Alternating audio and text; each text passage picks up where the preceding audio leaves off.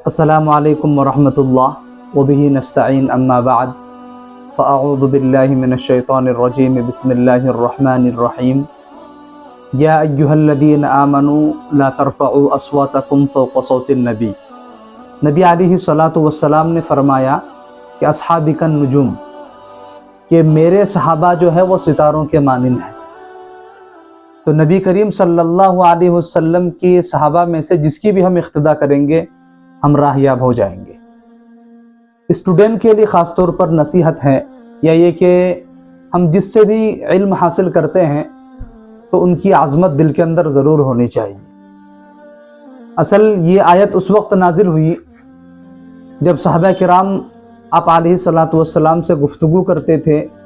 یا کسی مسئلے میں آپ سے پوچھتے تھے یا کسی مسئلے میں آپ سے گفتگو کرتے یا بات کرتے کرتے ان کی آواز اونچی ہو جاتی تھی تو فوراً قرآن کریم نے ان کے اوپر پابندی لگائی اور بندش لگائی کہ یا ایھا الذین آمنوا لا ترفعوا اصواتکم فوق صوت النبی،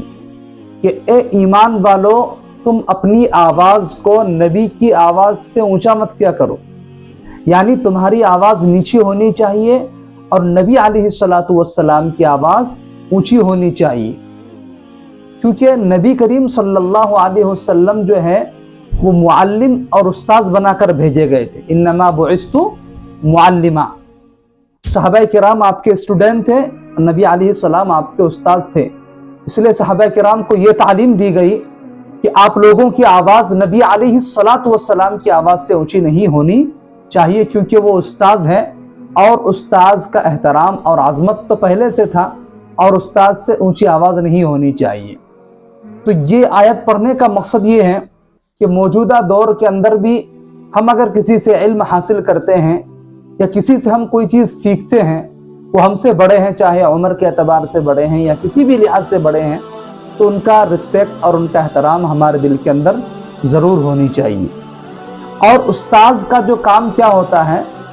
نبی کریم صلی اللہ علیہ وسلم نے اپنی بعثت کا مقصد بیان کیا کہ انما بعثت معلما، قرآن کریم کہتا ہے وَيُزَكِّيهِمْ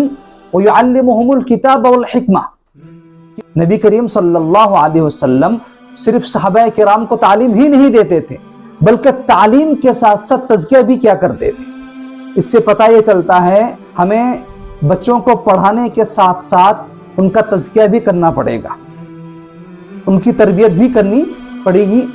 یہ بھی تعلیم کے حصے کے اندر کیا ہے، یہ شامل ہے۔ تو دیکھیے صحابہ کرام کی سچویشن پہلے کیا تھی، یعنی ان کی آواز جو کبھی کبھی اونچی ہو جاتی تھی، تو جو ہی یہ آیت نازل ہوئی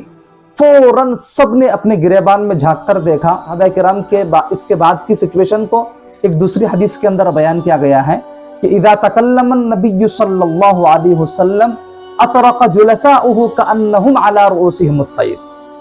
کہ جب نبی کریم صلی اللہ علیہ وسلم گفتگو کرتے، کلام کرتے، بات کرتے تو صحابہ کرام اس طریقے سے نگاہیں جھکا لیا کرتے تھے گویا کہ ان کے سروں کے اوپر پرندہ بیٹھا ہوا۔ اللہ اکبر، پرندہ بیٹھا ہوا ہو۔ اور یہ بات بالکل ظاہر ہے کہ آدمی کے سر کے اوپر اگر پرندہ بیٹھا ہو اور آدمی سر کو یوں یوں ہلائے تو پرندہ بیٹھا ہوا نہیں رہے گا، پرندہ اڑ جائے گا۔ تو تشبیہ دینے کا مقصد یہ ہے کہ صحابہ کرام آپ علیہ الصلاۃ والسلام کی گفتگو کو، آپ کی بات کو، آپ کی تشریح، قرآن کریم کی تشریحات کو غور سے سنتے تھے اور اس کو سن کر سمجھنے کی کوشش کرتے تھے۔ تو لہذا موجودہ دور کے اندر اسٹوڈنٹس کے اندر بھی یہی کیفیت پیدا ہونی چاہیے کہ جب ہمارے اساتذہ کرام ہمیں کوئی چیز بتا رہے ہوں یا کوئی چیز سمجھا رہے ہوں تو ہمیں سکون اور اطمینان سے اس چیز کو سمجھنا ہے، سمجھ کر اس چیز پر عمل کرنا ضروری ہے، کیونکہ ہم لوگ جو ہیں وقتاً فوقتاً نصیحتیں اور دین کی باتیں کتابوں میں پڑھتے ہیں، اساتذہ کرام سے ہم لوگ سنتے رہتے ہیں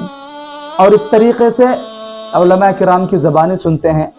لیکن عمل پیدا نہیں ہو پاتا ہے۔ مین چیز عمل ہے۔ جس دن ہم لوگ عمل کرنا اسٹارٹ کر دیں گے اسی دن سے کامیابی ہمارے لیے ہموار ہوتی چلی جائے گی۔ اس لیے ضروری ہے، کیونکہ شاعر کہتا ہے کہ عمل سے زندگی بنتی ہے جنت بھی جہنم بھی، عمل سے زندگی بنتی ہے جنت بھی جہنم بھی،